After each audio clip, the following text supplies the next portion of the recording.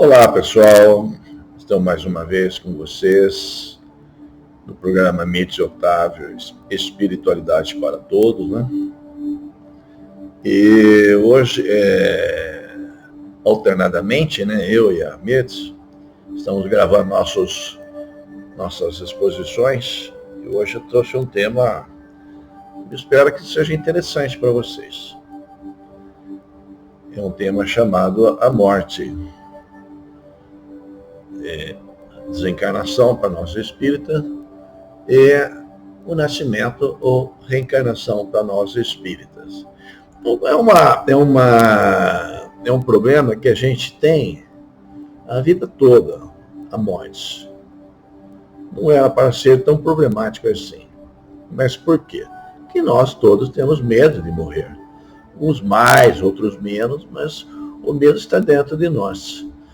Na medida que nós avançamos espiritualmente, esse medo, e ampliamos a nossa fé, esse medo desaparece, chega quase a uma nulidade, mas ainda podemos ter algum medo ainda, por mais avançado que sejamos, mas isso é uma decorrência do nosso instinto de sobrevivência. Então, é o nosso lado animal que emite essas sensações de não querer morrer. Aliás, é muito bom, né? Se a gente não tiver sentimento de não querer morrer, para morrer, cometer suicídio é daqui para ali, né? Todo momento, eu não gostei, não vou mais ficar aqui, eu quero morrer. Pá! Né? Mas não é assim que acontece, tá? Então nós não temos de terminar a vida com essa brevidade. Tanto é que se fala assim, eu sei que vou morrer, mas não estou com pressa. É assim que a turma fala. Então, isso é uma consequência do nosso instinto, né? Para nós espíritas, a morte é apenas uma passagem para um plano espiritual. Nós não morremos. Nosso corpo se acaba, ele morre. Ele perde a sua funcionalidade orgânica. Mas nós não morremos. Então, a vida continua em estado de espírito, no plano espiritual, as suas colônias, respectivamente, de acordo com a evolução de cada um. Agora, quanto maior apego à matéria, ao materialismo desse mundo, mais difícil é o processo da morte, porque ele não acredita que a vida continua. Isso é fato notório. Então, quando a gente nasce, a gente tem uma quantidade de fluido vital que vai diminuindo com o passar do tempo, como se fosse um tanque de combustível que vai se esgotando. O que explica a grande vitalidade do jovem e o contrário com o velho. Tá? Isso nós temos noção disso aí. Esse fluido vital, apesar de se esgotar, ele pode às vezes receber energias como se fosse uma recarga. Ok? Agora, as mortes abruptas, e principalmente suicídios, quebram a existência e o indivíduo parte com a carga fluídica não gasta, o que acarreta em sofrimentos na vida espiritual. Ele não completou o ciclo total programado de vida dele.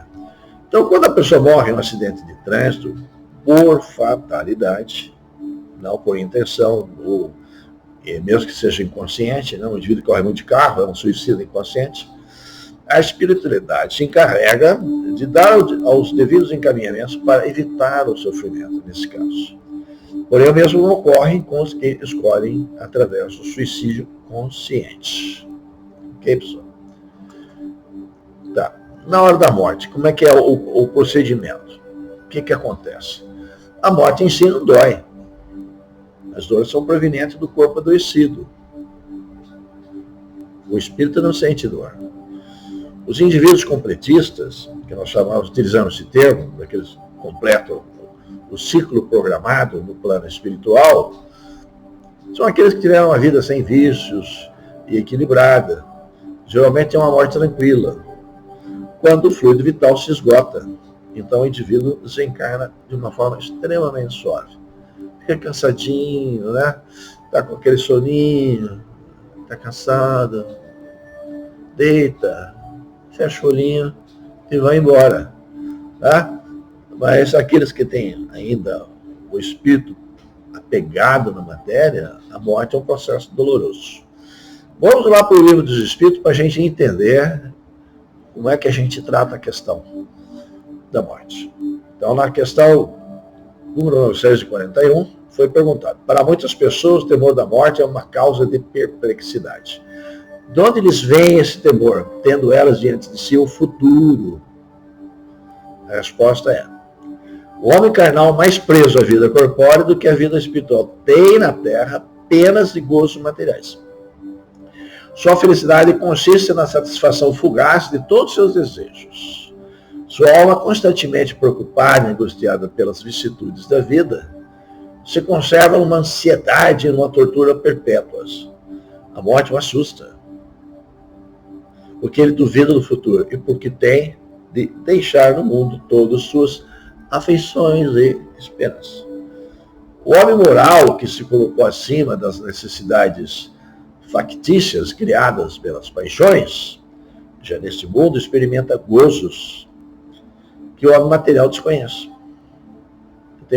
Já tem contato com a felicidade, a verdadeira felicidade. A moderação de seus desejos lhe dá ao espírito calma e serenidade. Ditoso pelo bem que faz, não há para ele decepções.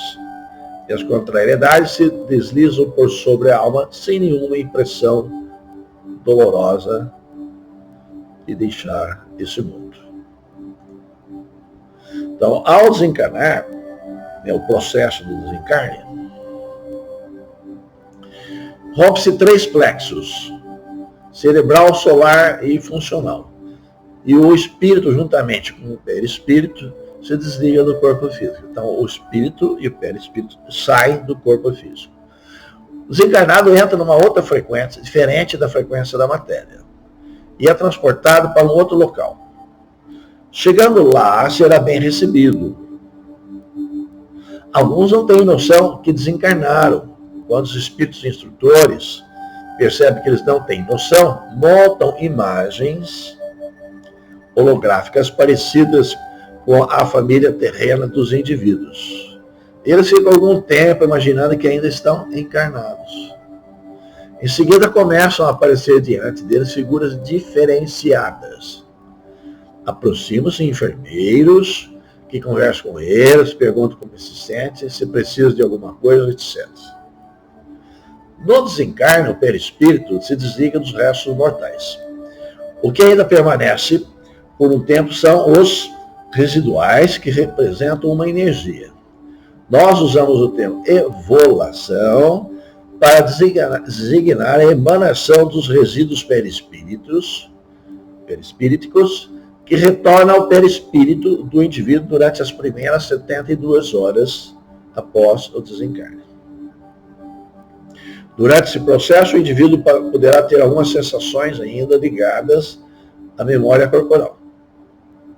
Por isso, no caso da cremação, aconselhamos nossos espíritas que aguardem às 72 horas.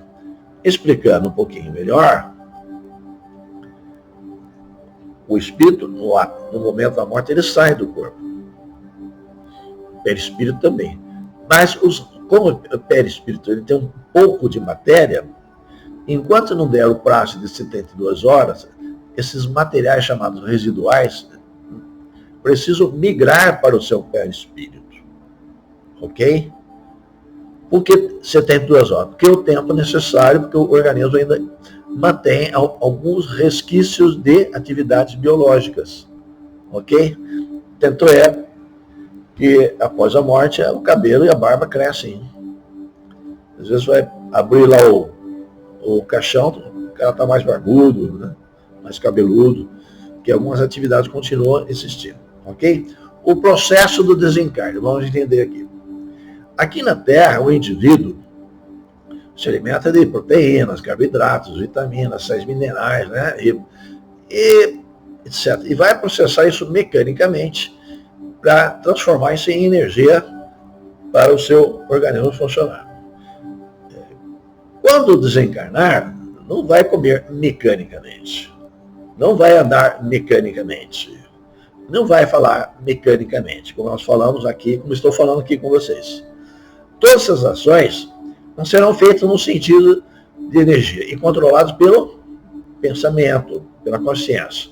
E ele vai aprendendo aos poucos que tem capacidade para fazer isso. Não se fala pela boca e nem se caminha usando as pernas. Tudo é por força de frequência mental. Em resumo, dependendo do grau de evolução do espírito, o indivíduo fica de 10 a 15 dias. Em geral, imaginando que está encarnado e que está melhorando. Tá? Está melhorando. Ele continua pensando. Os espíritos responsáveis por eles colocam formas holográficas semelhantes a parente, a bíblica, significativo, conforme eu já falei, para que o espírito não se angustie, até que alguém venha em forma com tranquilidade e com uma didática especial que ele desencarnou. Nesse momento ele pode se desesperar. Ou, em geral, quer saber como está a sua família. Na maioria das vezes. Então é o momento em que os espíritos orientadores permitem que ele enxergue os seus familiares, onde quer que eles estejam. E por isso é bom que os familiares estejam tranquilos, não estejam se lastimando ou sofrendo para não angustiar o desencarnado. Vendo que está tudo bem, ele se acalma. Em seguida mostra um aparelho semelhante a um televisor, né? Estamos fazendo agora uma alegoria à consciência de cada um, que possui alguns botões e que ele pode pressionar. Ao pressionar o botão, ele revê a encarnação que se encerrou. Se vê reencarnando junto com a família, crescendo, sendo adulto, tendo independência e livre-arbítrio. E se vê operando a sua caminhada aqui na Terra. Esse televisor é diferente daquele que nós assistimos aqui na Terra, pois é em 3 dimensões. É mais avançadinho, né? No qual ele verá cada instante da sua reencarnação. Até o último momento, que é o seu desencarne. Ele vê a sua vida inteira. Então, os espíritos responsáveis irão, conjuntamente com ele, fazer uma avaliação de tudo que ele fez, mostrando o que cada ato causou aos outros, positivamente ou negativamente, em função do seu livre-arbítrio. Tá? É assim, o procedimento é esse. O processo do desencarne. Na continuidade, ele irá se adaptando ao novo estágio como desencarnado, percebendo cada vez mais a nova realidade. Não terá mais a dor física, poderá ter um pouco de dor moral, dependendo de suas condutas, das consequências dessas, quando ele terá que justificar isso a si mesmo. A consciência que cobra. Não é pensar que Deus vai aparecer, você é culpado, né? Eu te ordeno que eu vá para o inferno, você vai queimar, né? Nas fogueiras do inferno. Isso não vai acontecer. Né? Nosso juiz somos nós mesmos através da nossa consciência. Depois disso, ele poderá ficar em um ambiente semelhante a um hospital para se recuperar, seguindo depois para um novo aprendizado, no qual ele vai ter que aprender a andar, a se locomover, a se alimentar e a falar. Porque no polissistema espiritual, não se anda, não se locomove, não se alimenta e nem se fala mecanicamente. Mas é tudo pelo pensamento. A partir de então, devagar, ele vai evoluindo nesses novos mecanismos de ação. E ele pode ler, se alimentar, ele pode ligar esse televisor em outro canal, né? No qual ele vê coisas diferenciadas como luzes, flores, músicas, etc. É mais ou menos o consultório do médico, o dentista, que hoje em dia põe aqueles filminhos para acalmar as pessoas.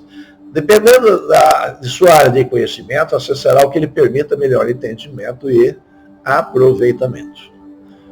Os recursos do espírito são imensos, variados. A seleção e a escolha depende do seu campo de ação, pois é em torno do seu campo de ação e das suas necessidades que vão lhe aparecer a distração, o entretenimento, a escolarização, a prestação de serviços. Lá a gente trabalha, estuda também. Assim ele vai compreendendo melhor as coisas. Esse período a mãe poderá visitá-lo, depois de pessoas desencarnadas muito ligadas a ele poderão visitá-lo, para que ele veja se elas continuam vivas, para conscientizar-se de que ele não morreu, que ele apenas encarnou. Quando ele compreende que não morreu, que já caminha, se move pelo pensamento, se alimenta e fala pelo pensamento, os espíritos instrutores o encaminham para um lugar semelhante a uma cidade. Tá? Ainda como estagiário, ele ficará com outras pessoas, todas muitas solícitas, para receber tratamento especial, permanecendo ali por um determinado tempo, até que ele irá para um outro local, onde ele vai aprender outras coisas, e vão lhe perguntar o que ele gostaria de fazer. Pois ele vai ter que fazer alguma coisa. Ele pode desenvolver música com outras pessoas, ensinar alguma coisa, conversar com as pessoas, aprender a ouvi-las, que é fundamental. Tudo em conformidade com os seus talentos.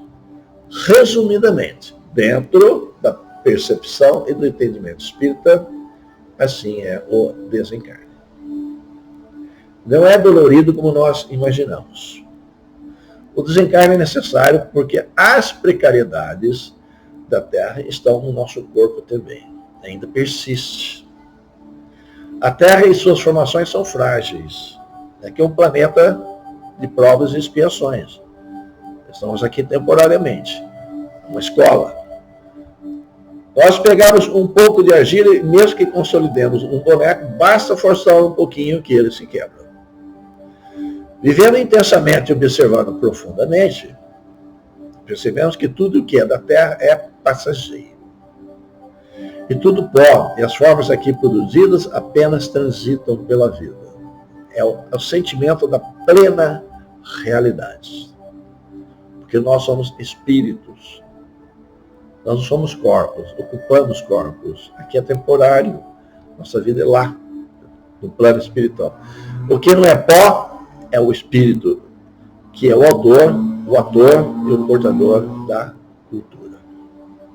O espírito é uma organização e uma estrutura perene. Quando agenciamos o nosso espiritual para que ele possa alcançar um pouco mais daquilo que representam outras dimensões de vida inteligente, nós percebemos que temos a capacidade de fazer equilíbrio e harmonia em qualquer situação. Então, nada nos causará temor, nada nos assustará. Nada nos colocará em situação de desespero ou de desajustamento. São coisas frequentes aqui no nosso planeta Terra. Né? Vamos falar um pouquinho do nascimento. Um momento, pessoal.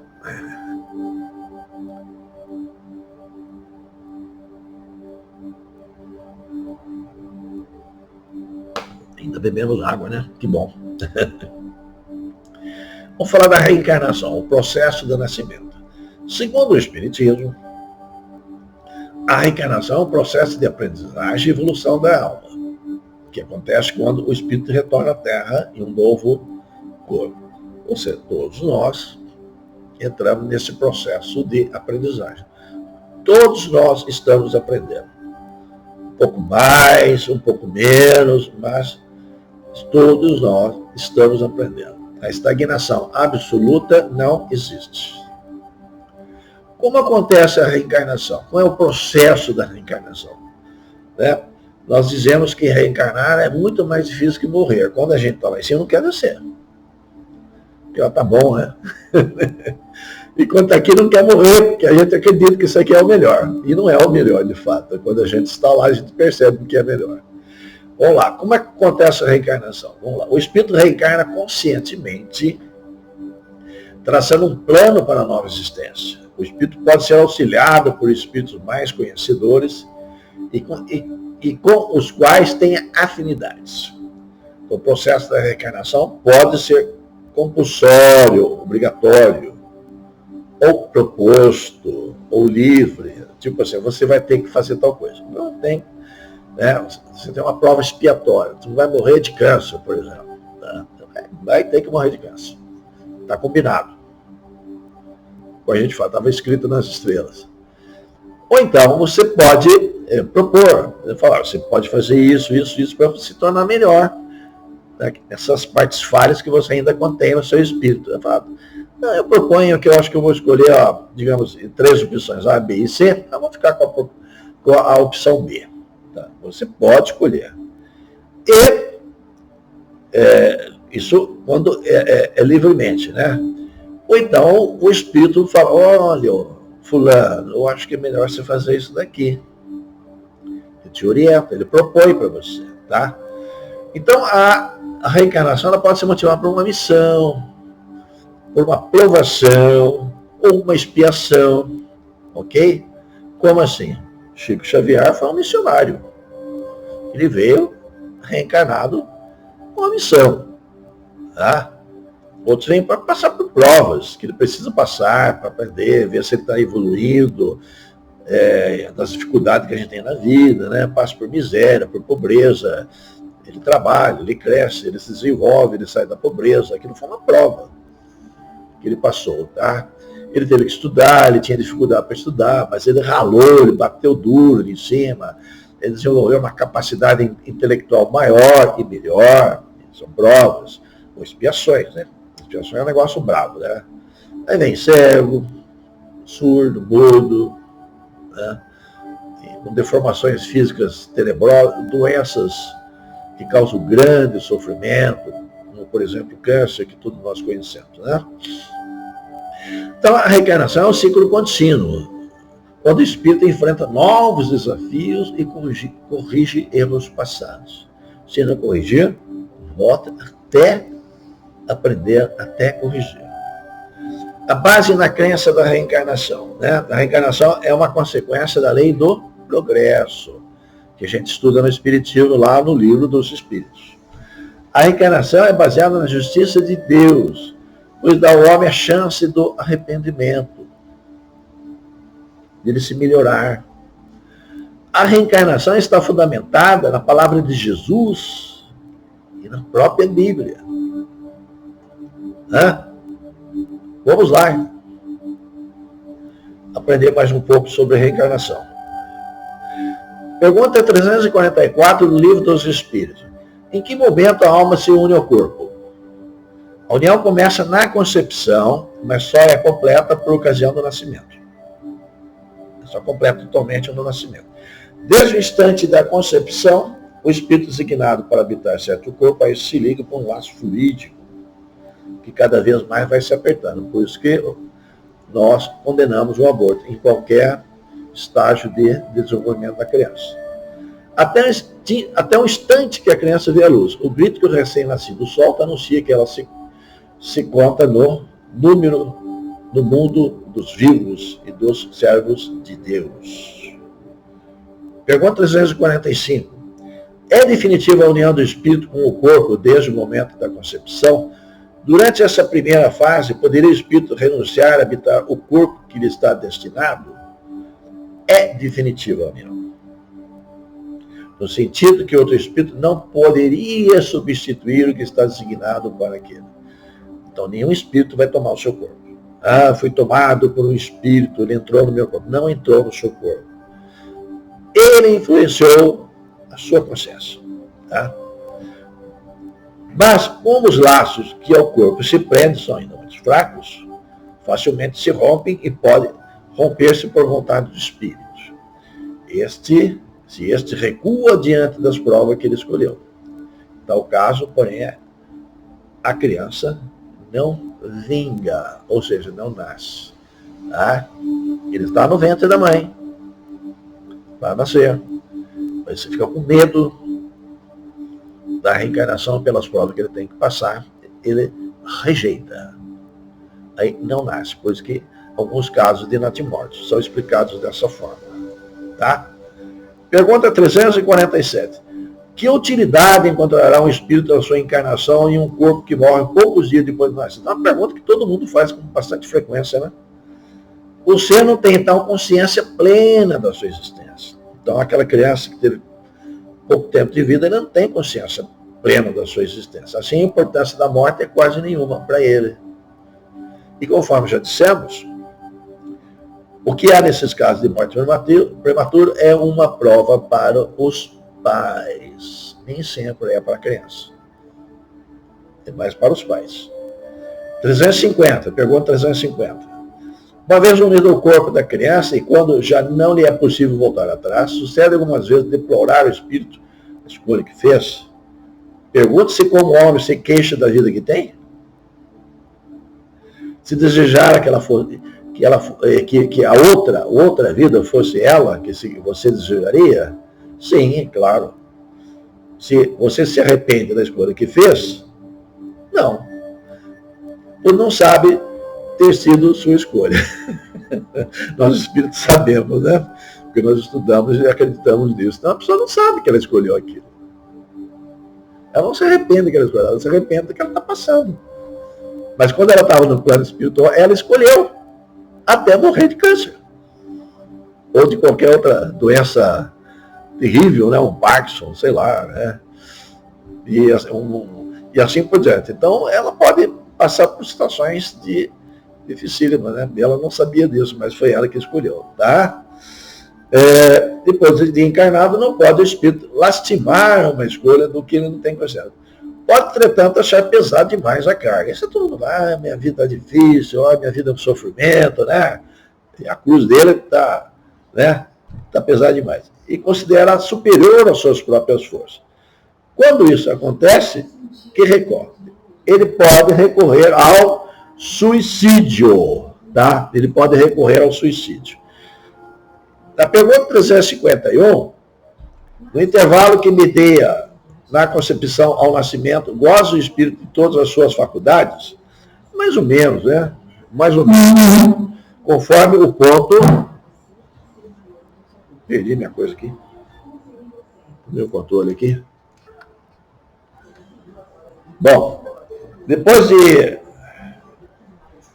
O espírito lastimava... Bom, no intervalo que medeia a concepção, desculpa, pessoal, do nascimento, goza o espírito de todas as suas faculdades? Mais ou menos, conforme o ponto em que se acha dessa forma.